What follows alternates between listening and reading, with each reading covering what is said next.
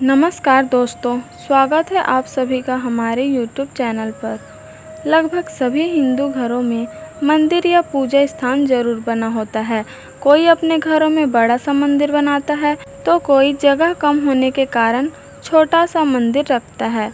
घर में नियमित रूप से पूजा पाठ करने से खुशहाली आती है और घर की सारी नकारात्मक ऊर्जा घर से बाहर चली जाती है। लेकिन ये तभी संभव है जब हमारे घर में रखा हुआ मंदिर वास्तुशास्त्र के अनुसार सही दिशा में और सही तरीके से रखा गया हो। यदि मंदिर की दिशा गलत है तो हमारे जीवन और परिवार पर इसका विपरीत परिणाम पड़ता है। आज के इस वीडियो में हम जानेंगे वास्तुशास्त्र के अनुसार हमें अपने घर में मंदिर किस तरह रखना चाहिए और हमारे मंदिर के अंदर किन देवी देवताओं की मूर्तियाँ और तस्वीरें एक साथ रखनी चाहिए और एक साथ नहीं रखनी चाहिए, जिससे उनके आशीर्वाद से हमारे जीवन में भरपूर खुशहाली आती है। क्योंकि हमारे शास्त्रों में बताया गया है कुछ देवी देवताओं की मूर्तियाँ एक साथ भूल से भी नहीं रखनी चाहिए। ऐसा करने से इनका नकारात्मक प्रभाव हमारे घर पर पड़ता है। तो चलिए जान लेते हैं वास्तुशास्त्र के अनुसार हमारे मंदिर से संबंधित महत्वपूर्ण बातें। पर उससे पहले आपने अभी तक चैनल को सब्सक्राइब नहीं किया है तो चैनल को सब्सक्राइब जरूर कर लीजिए। सबसे पहली बात, हमारे घर में मंदिर बहुत ही पवित्र जगह होती है।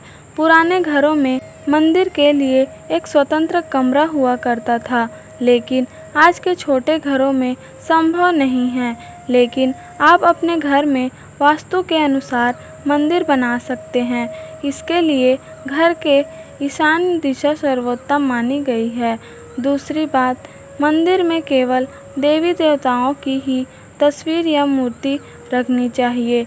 किसी अन्य जीवित साधु संतों या अपने मृत पूर्वजों की तस्वीरें न लगाएं। कई लोग संतों, साधुओं और गुरु को अपने इष्ट देव के जगह पर स्थान दे देते हैं। वास्तुशास्त्र में ऐसा करना अशुभ माना गया है। तीसरी बात, किसी भी देवी देवताओं की एक से अधिक मूर्तियां कभी नहीं रखनी चाहिए और एक दूसरे की तरफ पीठ करके भी देवताओं की मूर्तियां न रखें। चौथी बात, भगवान की मूर्तियों को हमेशा विराजमान अवस्था में रखना चाहिए। कभी भी खड़ी हुई स्थिति में मूर्तियों को न रखें। ऐसा इसलिए कहा जाता है कि देवी देवता आपके घर में निवास नहीं करते हैं, बल्कि वे खड़ी हुई अवस्था में हैं और आपके घर को छोड़ के जा रहे हैं, ऐसा प्रतीत होता है। पांचवी बात, मंदिर और भगवान का स्थान हमेशा ऊंचा होना चाहिए। पूज्य व उसके आसपास अशुद्ध और अपवित्र समझी जाने वाली वस्तुएं भूल से भी पूजा स्थान पर नहीं रखना चाहिए, जैसे चमड़ी की वस्तुएं, मृत व्यक्ति की अस्थि, कलश या मांसाहार इत्यादि। मंदिर और उसके पास हमेशा शुद्धता और सात्विकता रहना चाहिए। आइए अब हम जानते हैं मंदिर में कौन सी दो मूर्ति एक साथ रखनी चाहिए। पहली बात, आमतौर पर भगवान श्री गणेश सभी के अत्यंत प्रिय देवता होते हैं और घर में व मुख्य द्वार पर उनकी मूर्ति रखना बहुत ही शुभ माना गया है। हम अपने घर में गणेश जी की मूर्ति के साथ माँ लक्ष्मी की मूर्ति रखते हैं तो यह अत्यंत शुभ फलदायी होता है।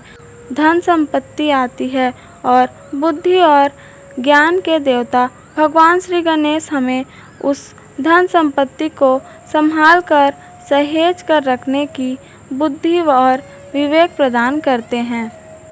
दूसरी बात, माँ लक्ष्मी की मूर्ति के साथ गणेश जी की मूर्ति के अलावा भगवान श्री विष्णु की मूर्ति अवश्य रखनी चाहिए और लक्ष्मी नारायण की पूजा हमेशा एक साथ करनी चाहिए।